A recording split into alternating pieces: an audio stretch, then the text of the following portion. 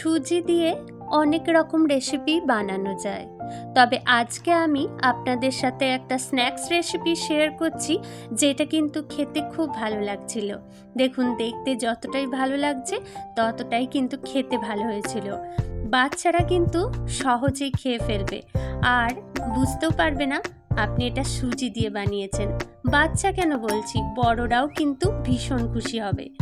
এখন চলুন, বানানোর জন্য গ্যাসে একটা কড়াই বসিয়েছি আর কড়াই দিয়ে দিয়েছি 1 চামচ মতো রিফাইন্ড অয়েল। তেলটা গরম হয়ে এলে দিয়ে দিচ্ছি 1/2 চামচ জিরে। জিরেটা একটু ভাজা হলে দিয়ে দেব সুজি। সুজিটাকে দিয়ে হালকা করে নাড়াচাড়া করতে হবে। গ্যাসের ফ্লেমটা এই পর্যায়ে একদমই লোতে থাকবে। এখন অনবরত নেড়ে যেতে হবে। এরপরে দিয়ে দিচ্ছি একটুখানি মতো কারি পাতা। এটা অপশনাল, আপনারা না চাইলে নাও দিতে পারেন। এখন দিয়ে দিলাম চিলি ফ্লেক্স দিলে দেখতে খুব ভালো লাগে। এরপরে জল দিচ্ছি 1 বাটি মতো। যে বাটিটার মাপ করে সুজি নিয়েছি ঠিক সেই বাটিটারই মাপ করে 1 বাটি মতো জল দিয়ে দিয়েছি। তবে 1 বাটি জলে হবে না, আরও 1/2 বাটি মতো জল আমি এখানে অ্যাড করব। দেখুন, 1/2 বাটি জলটাও এখানে দিয়ে দিচ্ছি। আমি কারি পাতাটা নিয়েছি, যদি আপনার হাতের কাছে ধনে পাতা থাকে তো সেটাও দিতে পারেন, দেখতে ভালো লাগে। কারি পাতা দিলে স্মেলটা ভালো আসে। এখন ভালো করে মিশিয়ে নিচ্ছি। যদি কারি পাতা বা ধনে পাতা না থাকে তো কোরানো আদাও দিতে পারেন। এখন দুটো মাঝারি সাইজের আলুকে সিদ্ধ করে রেখেছিলাম, সেই সিদ্ধ করা আলুটাকে একটু স্ম্যাশ করে নিয়ে সেটাকেও দিয়ে দিয়েছি। আর দিয়ে দিচ্ছি সামান্য স্বাদ অনুযায়ী লবণ। লবণটা আপনারা যেরকম খেতে পছন্দ করবেন ঠিক সেরকমটাই নিয়ে নেবেন। এখন ভালো করে মিশিয়ে নিচ্ছি, সমস্ত উপকরণগুলোকে ভালো করে মিশিয়ে নিচ্ছি। এই পর্যায়ে কিন্তু গ্যাসের ফ্লেমটাকে একদমই লোতে রাখতে হবে। গ্যাসের ফ্লেমটা এরপর বন্ধ করে একটা পাত্রের মধ্যে নিয়ে নেব আর একটুখানি ঠান্ডা করে নেব। দেখুন, একটু ঠান্ডা হয়ে গেছে। এখন হাতের মধ্যে একটুখানি তেল নিয়ে ভালো করে আর একটু মেখে নিচ্ছি।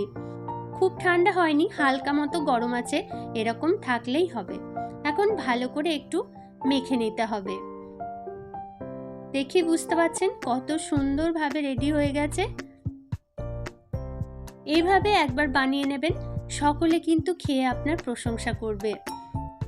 এখন এর থেকে আমি ছোট ছোট করে লেচি কেটে নেব।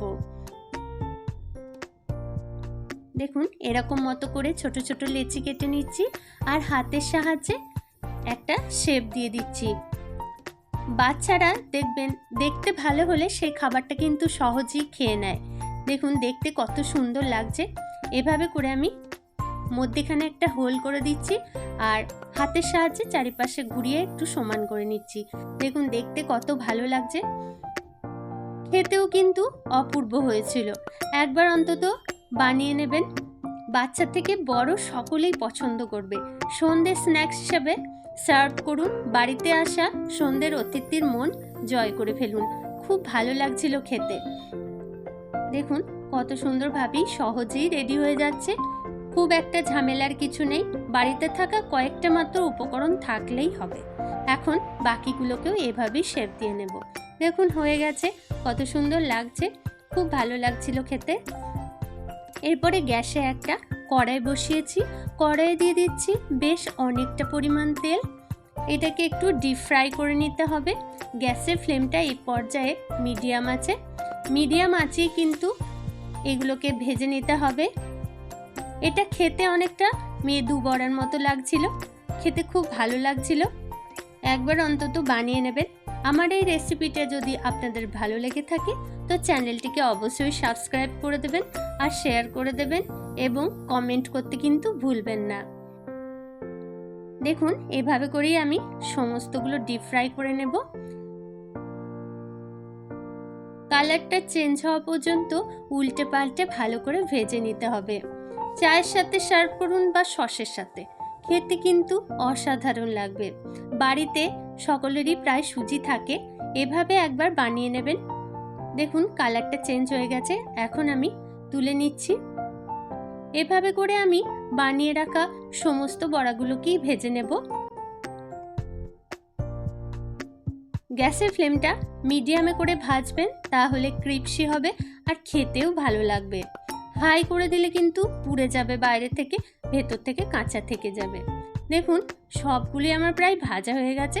আমি সসের সাথে সার্ভ করেছিলাম, সকলেই খেয়ে প্রশংসা করেছে, খুব ভালো হয়েছিল। আপনি চায়ের সাথে পরিবেশন করুন, বাড়িতে আসা অতিথিদেরকে খুব ভালো লাগবে। তাই বারবার বলবো বানিয়ে খান ও সকলকে খাওয়ান। ধন্যবাদ সকলকে ভিডিওটি দেখার জন্য।